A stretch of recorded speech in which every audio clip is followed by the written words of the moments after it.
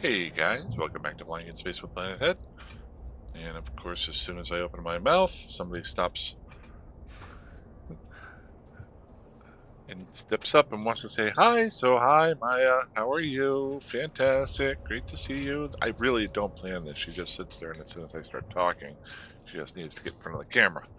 Okay, but she only needs attention for a couple of seconds, her head rubbed. Then she needs a little bit more attention tonight. Okay, that's fine. That's fine. All right, are we done? Don't drink my coffee. I would hate to see you with coffee. Good girl. Good girl. No. No. Okay, go lay down. Go lay down. Good girl. Good girl. Okay. Sorry about that. No, I'm not sorry about that. She's an awesome dog. Um, so, trying to figure out my organization. I should have written this down. Um, this video, I'm actually doing this is Monday, late Monday, June 30th. I'll probably post on the 4th of July. On Friday, I'm going to try to schedule stuff. This is my last night before I leave for Las Vegas for the World Series Poker. Oh man, I hate it when I do this. My brain starts going, hey, your hat's not on right. I do this all the time. I'll try to get this loaded up and set to go for Friday. I will not have a whole lot of time to play Eve over the next week. Flying out to Las Vegas for the main event. That starts actually Wednesday. There's 4 day ones, and I'm going to try to get in on Friday, the 4th of July. And I want to go on my little rant that I did last time. I apologize for that. But hopefully, if everything works out, that's how things worked. A good friend of mine's going out. I've decided to play on Friday instead of Thursday, just because he's going to be playing in a different event on Friday as well. So we'll kind of be able to root for each other while we're playing. If all goes well, the day 2 of it, and when I say all goes well, anything can go wrong with poker, would be Sunday. And then after that, it gets interesting. I'm just going to say that.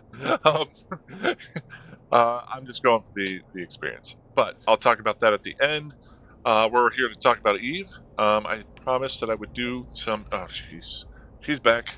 I think she wants to talk about Zarzakh and the Guristas. Is that what you want to talk about? Huh, buddy? Huh?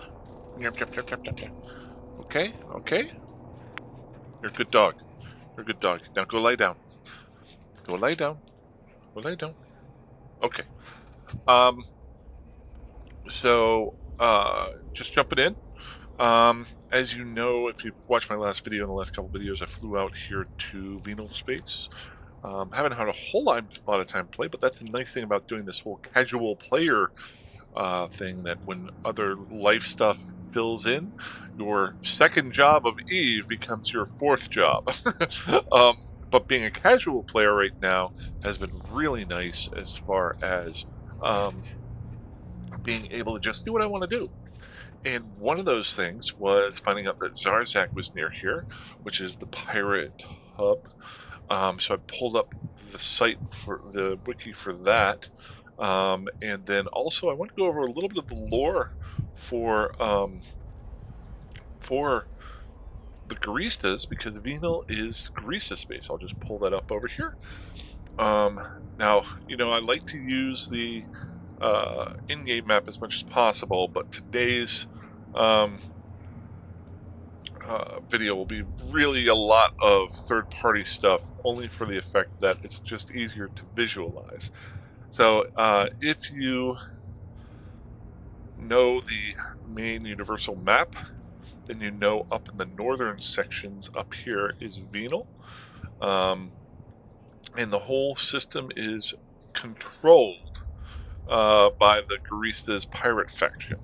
Now, when I say controlled, that's very similar to some of the other pirate faction controlled space, where the players are going to, it's an NPC space that's going on. It's just like the Caldari control their high-sec empire. It's players that are there, and you're doing the stuff for the Caldari. But the kind of cool thing is when you start branching out into these areas, I think is when you are a casual player, you can kind of do some reading, and it isn't about the power gaming side of it. It's actually playing the game. I'm not talking about role-playing, you can do that if you want to. But just to look at some of the lore that's involved to get a better feel for the parts of the game and why certain things have grown out from it, why um, some of these updates that come through are so important, and how, and if you know that part of it, maybe you know the whole reason behind why certain ships fly the way they do, why they're focused on certain types of defense and activities and stuff like that, and just get a better feel for it. And I think a lot of that is lost. It was lost on me for a long time. I was just basically pointing and clicking and building and doing things without. I knew of the four main empires. I knew that the Minmatar were the rust ones, and the Amar were the blingy ones, and the whatchamacallit, the Caldari were the corporate ones, and the Galante were the democratic field-gooders.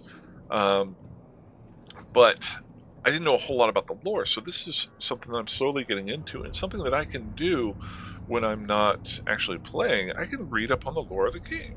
There's a lot of stuff out there that I think a lot of people just don't even think about or look at, which can be kind of interesting. And somebody wrote it, so it's got to be somewhat good. So what I'd like to do is actually go into a little bit of the Guristas lore, and then point out a lot larger of an area that if you're interested, you can go read. I'm going to actually go read it later on, but um, and then I want to show you guys a little bit about Zarzakh, and at the very end we'll just get a last little update on poker if we get the time to go into it. So, in general, if you go to, let's back out of here. If you go to the EVE Online main page, okay, a lot of people I don't realize, you can come up here and you can go into Empire, the universe, and go to Empires, which will show you the 4 factions, which everybody knows about these, okay? But you can also go into the factions that are here, and then you can go into a lot of lore that's out there. A lot of stuff's been out there for a long time. But if you go into the factions part of it, it's got a listing for all the different factions that are involved. And this gets fairly updated, I think. And if I come down here and I hit the Guristas Pirates, it gives me a general overview of who they are and what they do. Now, this is a very general. I'll read through it here real quick. But at the very end, it does have 2 longer links that I think are really good reading. And I think most of these factions have something along these lines, which is pretty cool. And there's a big shout out to the writers, and I'm sure this has been out here for a long time, but it is pretty cool. So, in general, the Guristas in the Venal area, let's go ahead and pull this up here. Actually, I'm going to pull the writing over here, and then if anything pops up from the writing, I will go ahead and see if I can find a link here for it. So, it's formed by 2 former members of Caldari Navy, a pair named Fatal and Rabbit, and if I mispronounce these, hate me all you want. The Guristas are a constant thorn in the side of the Caldari fate, which is interesting because I'm flying a Caldari with the Caldari right now. Guristas are traditional pirates in the sense that their operation is not based around some creed or ideology, but rather in plain and simple greed. Okay, so that's kind of cool. I think it's like the Blood Raiders are your crazy religious ones, or it's angels or something along those lines. And even the sisters of Eve, they have their own little stuff that goes on there. Whereas the the Guristas are an offshoot of Caldari Navy pilots and people who were in charge that decided to go rogue just to make some ISK, which is kind of cool. It's kind of realistic that way. The Guristas have bases close to the Caldari space, and from them embark on daring raids, often into the state itself. Now, those are obviously the hideaways and the things that I was doing earlier. So your very beginning players are going to run into those refuges. All the different ones have those. I kind of wish they were named a little bit differently, but then I also know programming, and that can be a pain too. So keep it simple. Cool. I'm fine with that. Though the Guristas are considered more honorable than many of their counterparts, they are still extremely dangerous and not to be tampered with. In general, if I remember correctly from reading down here, they're much more organized because they are ex-military than some of the other factions, but they're not as ruthless lore-wise. Founded by the charismatic Fatal and the technology-minded Rabbit, these two NPCs, the Guristas Pirates are fearless, professional, and highly organized outfit operating out of the home region of Venal, where we are here. And as you know, I'm in HTech PA29 right now, right down here at the bottom. Just at the beginning parts of it. Looking over Venal here, and this is just a little thought of mine, as I've lived in Stain for a decent amount of time. I lived in Syndicate for a decent amount of time. Have not lived down in, let's see here, in Delve, only for the effect that this is used to be a highly fought over area. Now it looks like it's fairly strong now. I don't see anything blown up. But they've only got a small area, so I have not spent any time down here. It's really pretty tough to get to. It looks like to get to the Blood Raider area, if you notice, you can only come in through Quarius, which is another NPC controlled area, or player controlled area actually, or you can go through Iridia, which I think that is really blocked off right there most likely. I'm sure so there's really only 2-3 ways in here to really try to get there. Whereas if you go back to Venal, you notice there's a lot of different ways you can come through here, and I think Venal is kind of well known as I don't want to say a pass-through area, but you can get a lot of action, a lot of stuff going on in here for the different wars that are going on, because it is not player-controlled per se. You know, they can't own the areas. Now, they can set up different stations and things like that, but the areas aren't owned here. So this is and you've got a lot of, you've got Declan, Tribute coming in, Zarzakh, obviously. You've got Branch up here at the top, Tenal, so Paragon Falls. So a lot of different entry points that you can come in and leave through here. So it's a lot harder to maybe defend. But then you start looking at the rest of the map, and it has all these different little pockets where I could see, and this has probably happened a lot in the past, where different medium-sized to smaller corporations or alliances would control some of these little pockets here. Very similar to, in my mind, if I remember correctly, like Syndicate. Let's go back over here. Syndicate is right here. Syndicate has a lot of these little pockets that can be controlled by different groups. I think Venal is more of a pass-through area than Syndicate is. You have some ways to get in and out of Syndicate, but in my mind, not as many diversified ways to get in and out of Syndicate. Talking a lot here. So let's go back over here to Venal. Cool. A little bit more of the lore here. Now, this is a very brief lore section for the beginning. The Guristas are primarily on interstellar piracy in the outer regions and low security space. Guristas maintain hundreds of dead space listening posts and staging points on the Caldari border, and are known for being unafraid to stage strikes deep in the Caldari state. Typically, their business revolves around black market trading, including human trafficking, illegal weapons, smuggling illicit goods.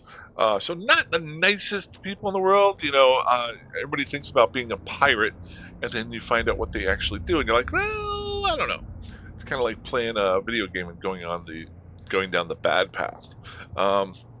In addition to this, the Guristas control a large share of gray market within the Caldari Strait, smuggling unregulated products and mega corporation enclaves and borders. I wonder, with this here, this section that we just talked about, is this in the lore of the agents? Actually, we're going to pull up Eve here. We're going to look, do I have any agents in this system? We do.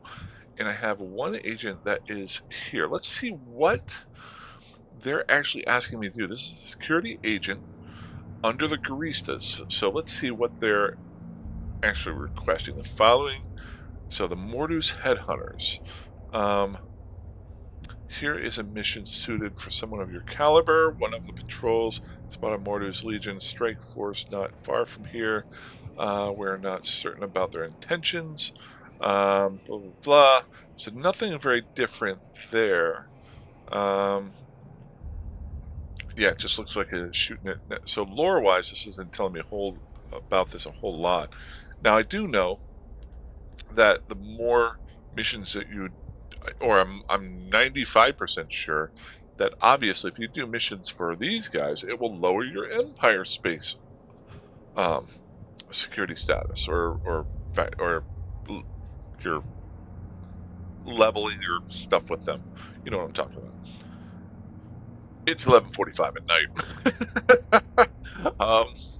So in general, I'll be interested to see if some of these missions, if I decide to start doing them for the Guristas, will actually affect, or will they go down the lore side of it, or are they just generalized, similar, just copy and paste missions that were from similar to like the Caldari, but they just changed the names. That's very interesting to me. I'm kind of interested to see if they programmed that into the game. Last but not least, or second to last but not least, as far as their history, short-wise, possibly the most lucrative of their operations, however, are their counterfeiting circles. Oh, that's kind of interesting.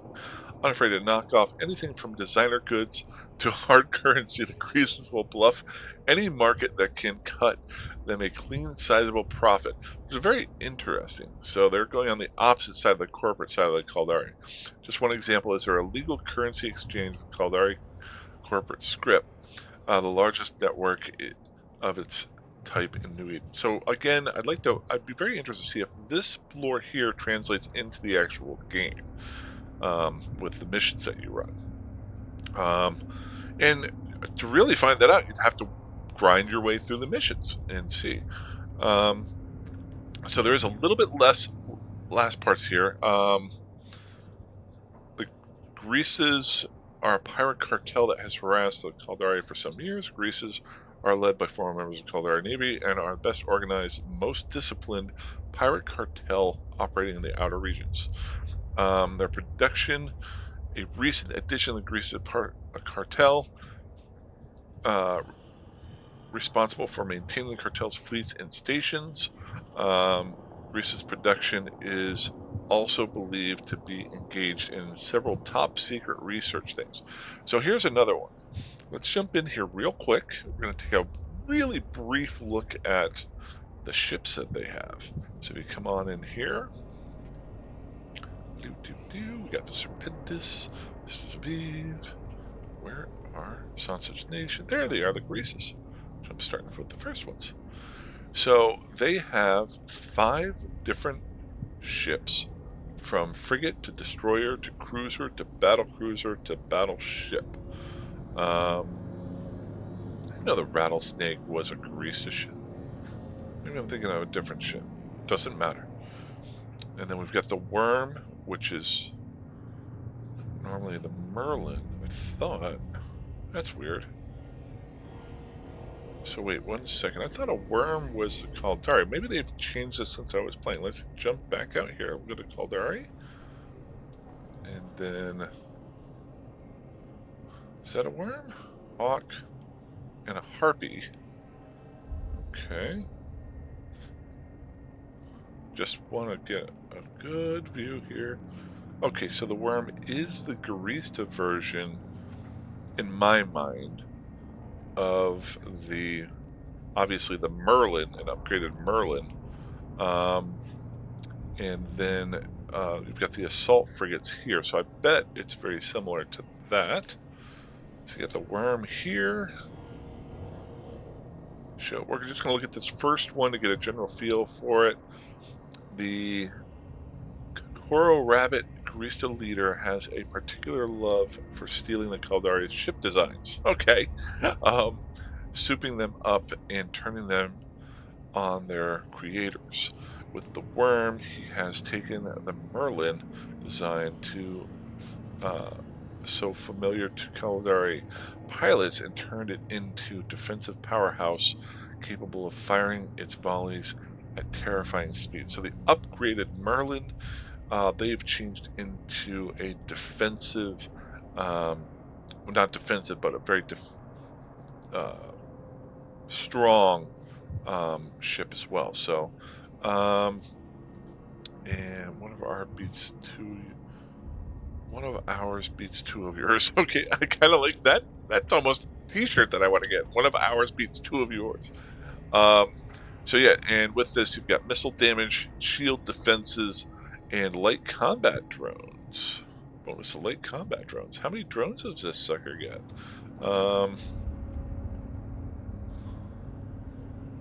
Simulate ship. I know there's better ways of doing this. It's just been a while. Drones. How many drones do we get? We get up to 2 small drones. Okay. And they get a static bonus of 300%, not a growth bonus by the ship that you're flying. So, very interesting. I like to read. I'm slowly trying to. In other things that I've done, I like to dig deeper into things to find out what things are. Very interested to see how the lore translates into the game itself. So there we go. Back to the. I'll just pull this up here. That is a general description if you want to go and start down a rabbit hole with the greases with the rabbit. Down below it are 2 other much longer articles. You've got the Guristas Lore article. Now, I'm not going to go through that one because I'm going to pull it up here and I'll show you. This is when I started reading. Actually, I'm saving this for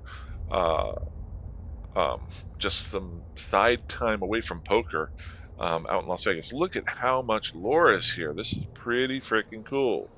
So maybe by the end of me reading all of this, I will then want to play the Guristas. And then you've got, remember that the 2 characters, Fatal and Rabbit, there is a chronicle about the 2 of them. Here it's a story about them, not much longer there. So maybe this is the one you want to read first. But as far as lore-wise, that's where it is. Okay, so if that jogs you, gets you interested, I think I would like to do more of these as I go to different areas. Keep it real simple like it is. So that's Guristas. More for me to learn. And I'm not going to read the other stuff to you guys, but if I read up something that's kind of cool, I'll pass it along. And I'm sure there's other areas out there that give you more lore information. Now, is it canon or is it not? That's the question. Is it used within the game or is it not? That's the question. That said, how much time we got? I want to talk about Zarzakh here real quick. We're at 22 minutes. Okay, I think we're running good. In general, as you know, I'm in HTech PA29, and by pure accident, I landed here just trying to get out here, and then I didn't understand why there wasn't a whole lot of a market in this one system, and then I realized that I was right near Zarzakh. The next jump over is Zarzakh, which is the pirate faction that was brought out in, and I know it's in this article, so I'm going to pull that article over here for you guys to show you. Eve University has a really, UniWiki has a really good brief article of Zarzakh, and really glad I started reading this beforehand. Eve University is usually really good at keeping this stuff up to date. So I would go here first if you're interested, and then go back into the game and learn as much as you can from there. Because things can change, and third parties, I always say this, might not be as quick to update as the game itself, especially with updates to the system. Nothing against them. They're doing it on their own time. They're not being paid to do that. So in general, Zarzakh, I'm going to pull this node over here. Good. And then we're going to go ahead and bring this map back over here. So I'm in HTech PA29 down here at the bottom. And then if I do one jump over, it goes straight into Zarzakh. Now this kind of opens things up. Now this is the pirate stronghold, or that's the way it was made. Let's just read this real quick. It's not too long, and I'll just give you an idea. Zarzakh is a system added shortly before the Havoc expansion. When was the Havoc? Because I swear that was like right whenever I was getting ready to leave, or I was 21.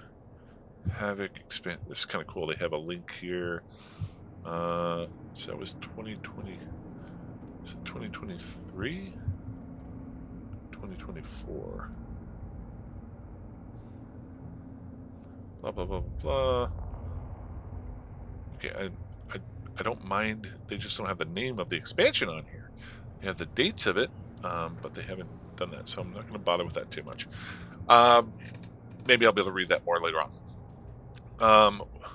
Expansion that has 4 static gates to 4 systems on different cardinal directions. Now, there is a trying to remember it. There is a wormhole system that I've been to a couple of times, and I'm sure you guys know what I'm talking about. That is very similar to this. That was created a long time ago, which is kind of cool. But you have to get through wormholes to get to it. Zarzakh is more of a static, in my mind, and I might be right or wrong with this. I haven't been into it yet, but my brain is. They said, okay, we're going to take that that wormhole system, and as soon as I end this video, I'm going to remember the name of it. And we're going to make a static form of that, or that's what they were trying to do. So it has 4 static gates to 4 systems, one of them being HTAC PA209. There's one in Placid, another one in Termer, and another one in Curse. Now, this is interesting because, remember, I am based out of Stackman. So, Stackman is actually not very far away. It's about 1, 2, 3, 4, 5, 6, 7, 8 jumps to get back and forth. So this may be a way for me to get in and out. We don't know. We haven't flown through yet. I don't know how deathly it is. But go back over here to Zarzakh. But in general, you've got one in Metropolis and one in Curse. So this is one way that if you knew what you were doing, you might possibly be able to get from one side of the entire universe to the other by going through a lot shorter jumps.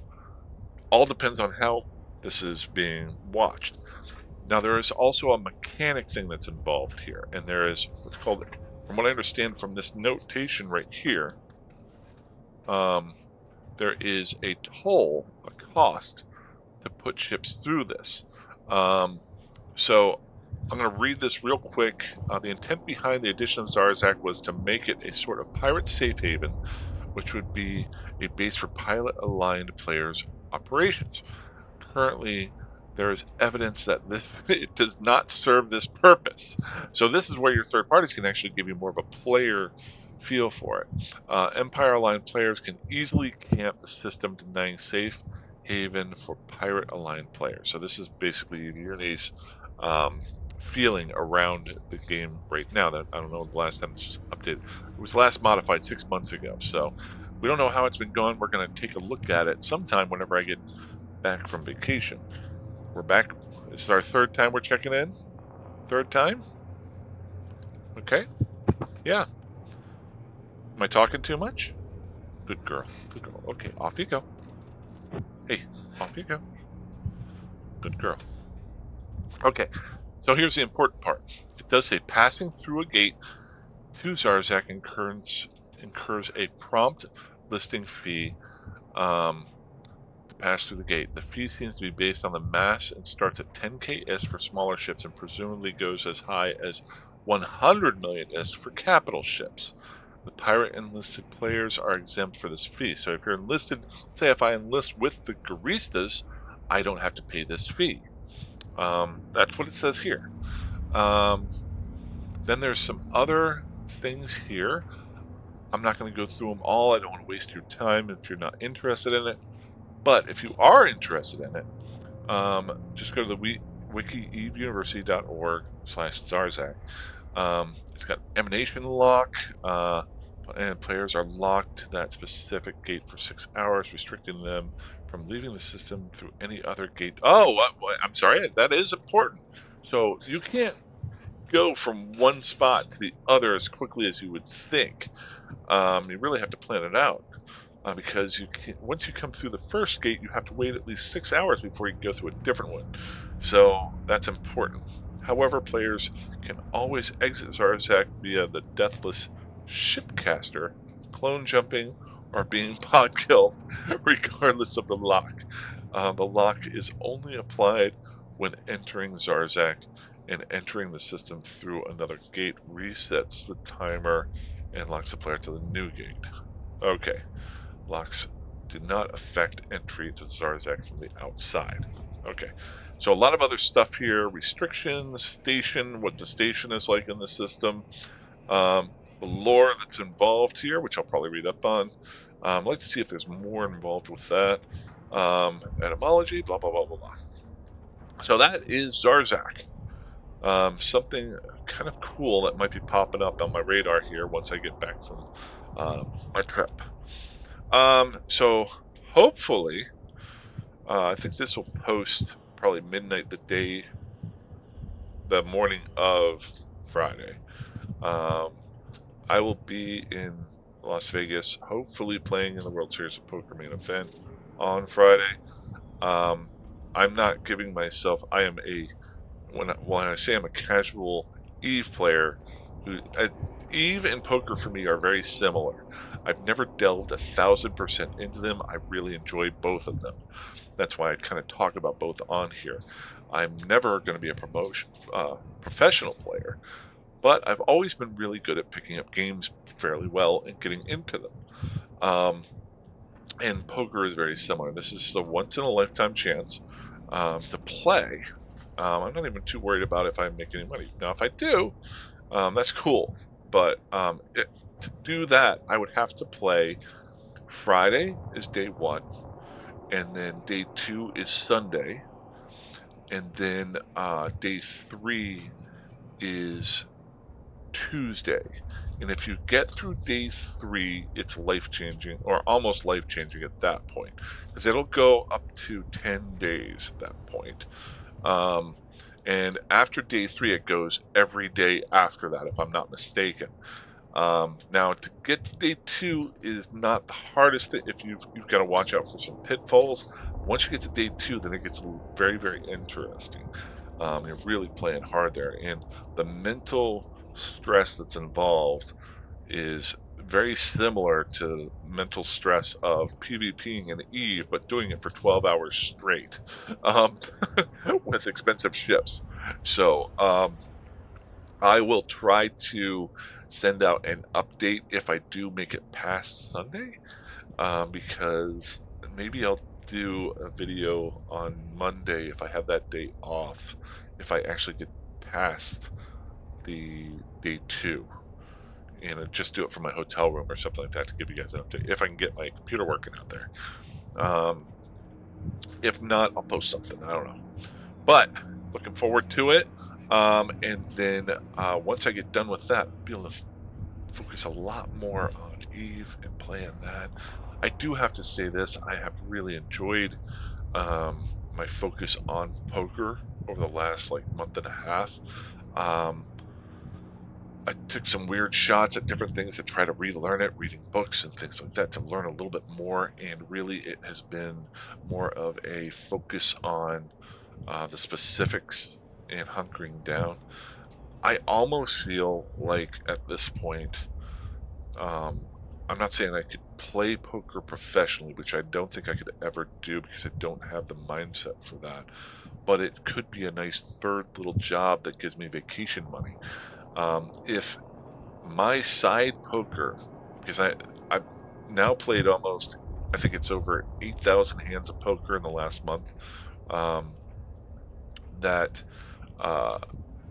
if I could find some way to make just a little bit of money each month to then use that money to go to Eve Fan Fest, every year it would be fantastic.